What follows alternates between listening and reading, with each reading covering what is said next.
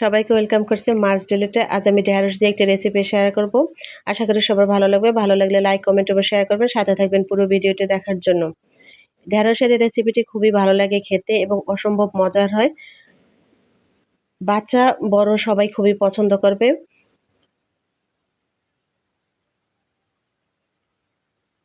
গরম ভাতের সাথে খেতে ভালো লাগে, এমনিতেও খাওয়া যায়। আমি এই রেসিপিটি করার জন্য প্রথমে নিয়ে নিলাম ঢেঁড়স। ঢেঁড়সগুলোকে আমি ধুয়ে পরিষ্কার করে নিয়েছি। সাথে নিয়েছি একটি আলু। আমি এবারে ঢেঁড়সগুলোকে খুব সুন্দর পাতলা করে কেটে নেব। যতটা সম্ভব পাতলা করে কেটে নিতে হবে, তাহলে রান্না করতে ভালো হবে।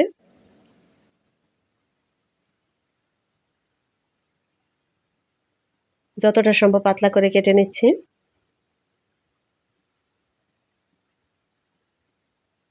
আমার ঢেঁড়স কাটা হয়ে গিয়েছে। এবার উঠিয়ে নিচ্ছি একটি পাত্রে।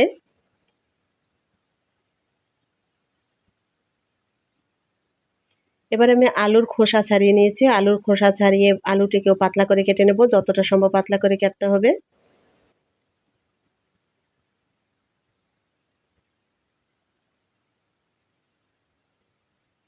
আলু এভাবে পাতলা করে কেটে নিয়েছি।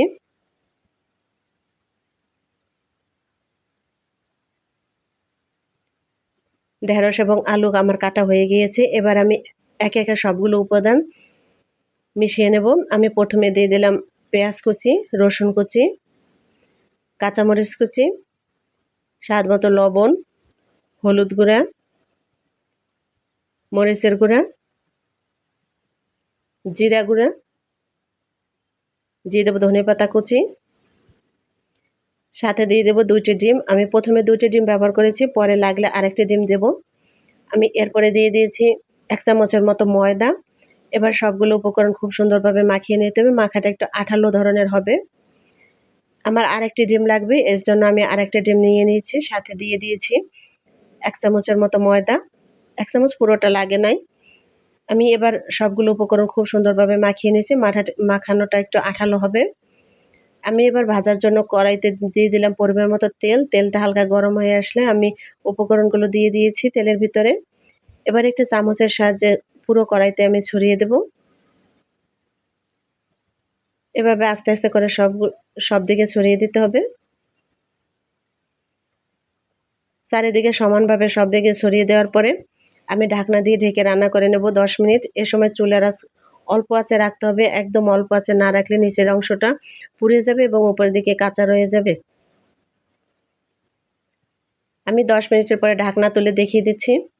আমার নিচের অংশটি হয়ে গিয়েছে। এবার আমি একটি প্লেটের সাহায্যে উল্টিয়ে দেব।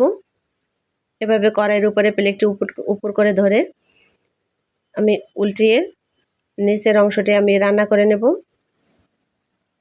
আবার কড়াইতে দিয়ে দিলাম। আবার ঢাকনা দিয়ে ঢেকে দিয়েছি। 10 মিনিট অল্প আঁচে রান্না করে নিয়েছি। আমার নিচের অংশটি হয়ে গেছে। খুব সুন্দর একটা ফ্লেভার বের হয়ে এসেছে। দেখতে অনেকটা পিজার মতো মনে হচ্ছে এবং খেতে খুবই ভালো লাগে। গরম ভাতের সাথে তো খুবই ভালো লাগে, এমনিতেও খাওয়া যায়। আমি এবার কেটে দেখাচ্ছি ভিতরটা কেমন হয়েছে। ভিতরটা খুবই ভালো হয়েছে এবং খুব সুন্দরভাবে ঢেঁড়স এবং আলু সিদ্ধ হয়ে গিয়েছে। খুব সুন্দর একটা ফ্লেভার বের হয়ে এসেছে। বাচ্চারা তো পছন্দ করবেই, বড়রাও পছন্দ করবে। আশা করি আজকের রেসিপিটি সবার ভালো লাগবে।